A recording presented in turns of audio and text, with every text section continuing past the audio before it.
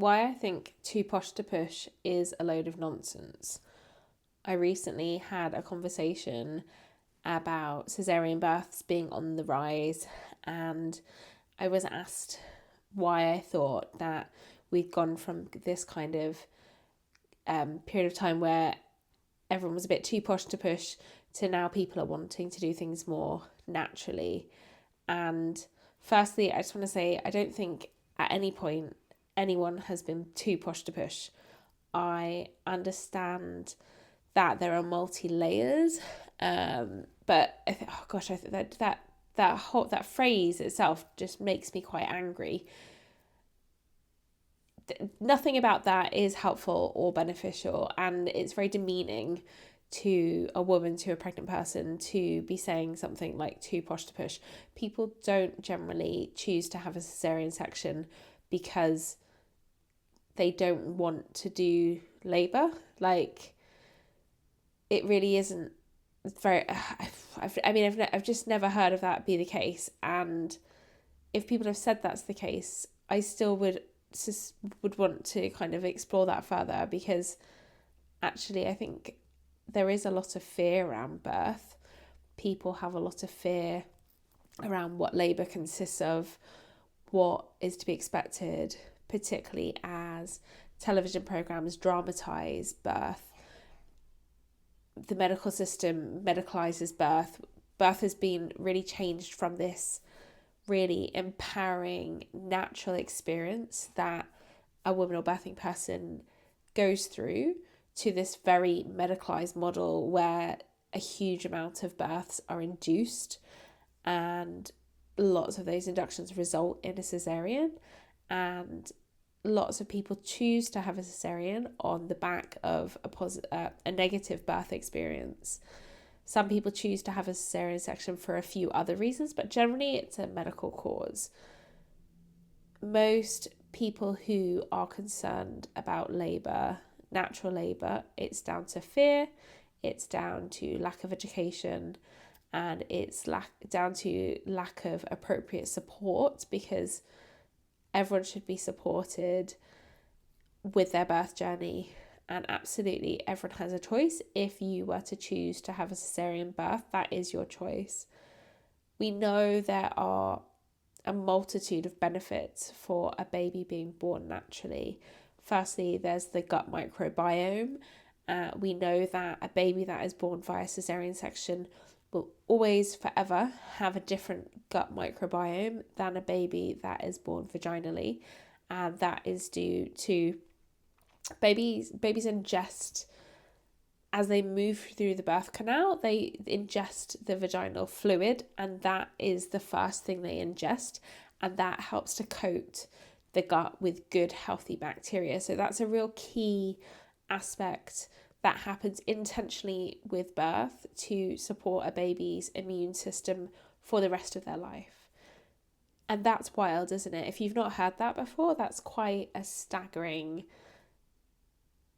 fact to kind of comprehend. That, I mean, until I heard it, I've literally had no consideration of this at all, right? But the babies who are born via cesarean section miss out on that. So if you are having an elective cesarean, you can do what is called seeding, and that is when some sterile gauze, you place that in your vagina and let the gauze become moist with vaginal fluids, and then you would rub that gauze over your baby's face when they're born, and that's to help in some way recreate the experience of your baby being born vaginally. So that is a key aspect of vaginal birth. Also, when babies are born vaginally, the chest is gently squeezed in the birth canal to release fluid in the lungs. So babies who are born via cesarean section are often more chesty, and it takes a while for that to clear. Other things are just the birth experience itself. It's a natural experience, whereas a cesarean birth is a medicalized experience where a stranger is lifting your baby out of your tummy, whereas when your baby is born naturally, you can lift your own baby up, or your baby's lifted onto you quickly so that you can have that really important skin to skin with your baby. So there's so many elements, and actually we're really only just touching on a few of them here. And every single person I have come into contact with since I've been doing this work, since before I've been doing this work, my eldest child was born in 2013, so I've had hundreds of conversations about that before I was even doing this work during that time.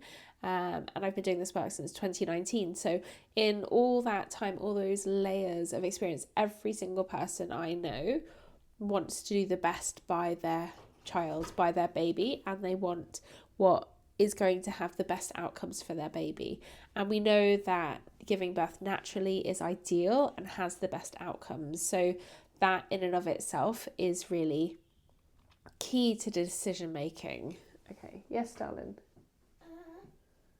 Love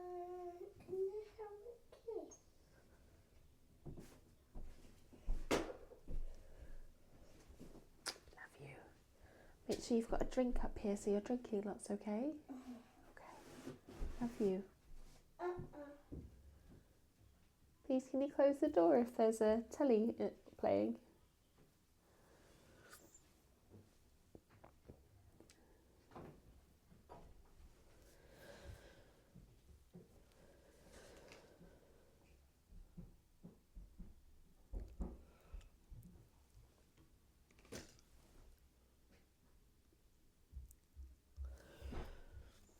Also, the thing is, I was chatting about why cesarean rates are on the increase as well when I was having this conversation, and there are a multitude of reasons. With a more medicalised approach to birth, more and more births are being induced. So induction has its place and can be really beneficial. It has its place and it can be useful for a medically indicated reason. So that means that for some reason that a baby needs to be born earlier than when they would naturally come. And that would be because you would like to give birth naturally rather than have a cesarean birth. Equally, it's really important to note that lots of inductions for first pregnancies do result in a cesarean birth. The inductions are much more successful if you've given birth vaginally before. So if you haven't given birth naturally before, then there is a high chance if you have an induction that you will end up having a cesarean section. An induction can go on for days and days and days. So it can, you can be induced and going in and out of an artificial labour for a week and then have a cesarean section. So that does have an impact on the mother, the birthing parent, and that does have an impact on the baby. And there are negative impacts that can occur for your baby with this process. So it's really worth understanding the induction process before deciding whether that is the right choice. And in those instances, absolutely lots of people make the choice to have a cesarean section instead, because if it's essential that your baby is born soon, then that is the fastest, safest way. And equally as well, that might mean that your baby's okay to stay in utero for another week. That's a real thing to consider as well. If induction means it will happen on, say, the 1st of the month, then but a cesarean birth would happen on the 8th of the month. That gives you an extra week for your baby to develop and grow and all of those things. So that would be a reason someone might choose to have a cesarean. But yeah, for dates, being induced for dates, generally has become a real cultural norm, and that is problematic. Dates are really vague. only 5% of babies are born on their due date. And I use inverted commas because it's a guess date and the dates can change constantly. The dates can be a week wrong. And also, all it is a date where you're 40 weeks pregnant at a good guess. And that doesn't mean anything in the scheme of being pregnant. People give birth from, we call full term 37 weeks. So from 37 weeks, people are giving birth right up to 42, 43 weeks. You know, people have longer birth gestation than we talk about because we are so pro-inducing, and actually we don't have good statistics on how long on the further end of the spectrum birth occurs. Due dates, I'm going to do a podcast on due dates because that in and of itself is a topic for conversation. And yeah, so these are reasons why cesarean rates are going up, because we're medically inducing birth when we don't need to. We are classing individuals as high risk when it's very much a sweeping statement. So if you have a higher BMI, if you are over 35, and if you are an ethnicity other than Caucasian. And actually these three things are fat phobia, ageism, and racism. We're getting it really wrong in the maternity system, and the statistics show this to be the case. It is not acceptable to class everyone over the age of 35 as high risk. That is wild. If your body wasn't able to give birth, then you wouldn't be able to fall pregnant. Think about that. Why would nature allow you to get pregnant if you couldn't give birth? Equally, having a higher BMI, there are some things that you are at increased risk of having with a high BMI, but one, it depends on your BMI. I don't like the term BMI really either. It's just such a vague, unhelpful metric that doesn't represent health at all. But the higher weight you are, there are different things to consider, but they should all be considerations. To say someone is X weight and they're high risk, again, is completely inaccurate. It's completely unhelpful. And we really need to be thinking about how to support individuals. Again, we mustn't forget about race. This is a really important aspect and topic to consider. And as a white individual, I'm not the best placed person. I would recommend Kemi Johnson. She is a woman of colour and a doula and is phenomenal. So she would be the person I would pinpoint you to if you were wanting to find out more there. But we know as a healthcare system that we are failing individuals because we are not, because of unconscious bias, because we are not appropriately treating individuals who have a different skin colour to ourselves. And that has a huge impact. And again, to say that someone is high risk because we are falling down as a maternity system, then that is just absolutely bonkers. So there are quite a lot of different reasons why the cesarean rates are increasing, and it's concerning because it does have a lasting impact.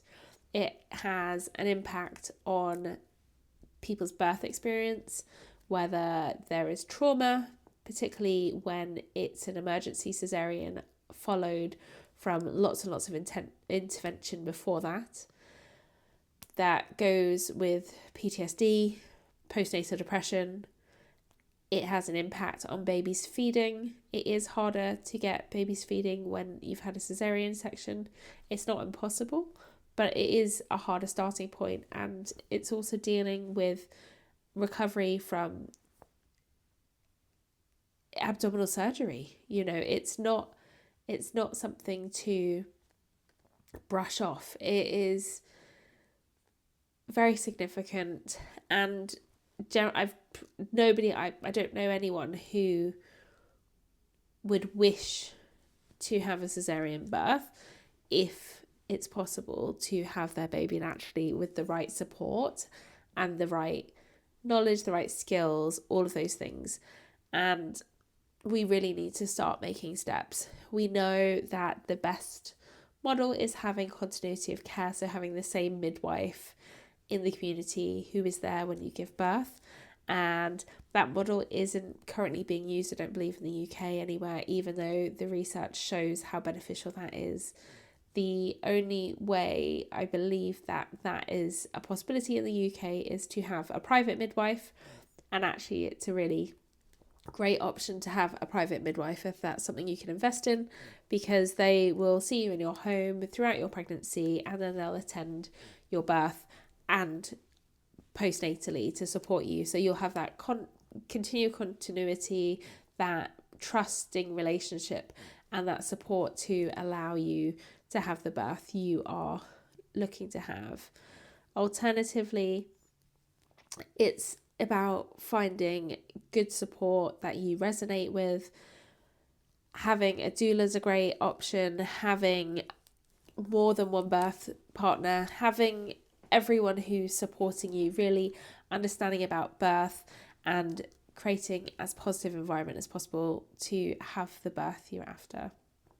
But there are so many avenues that we can go down with the increased cesarean rates and changes that can happen about that. I think feeling empowered around your birth is the most important thing. And I don't know what I'm saying.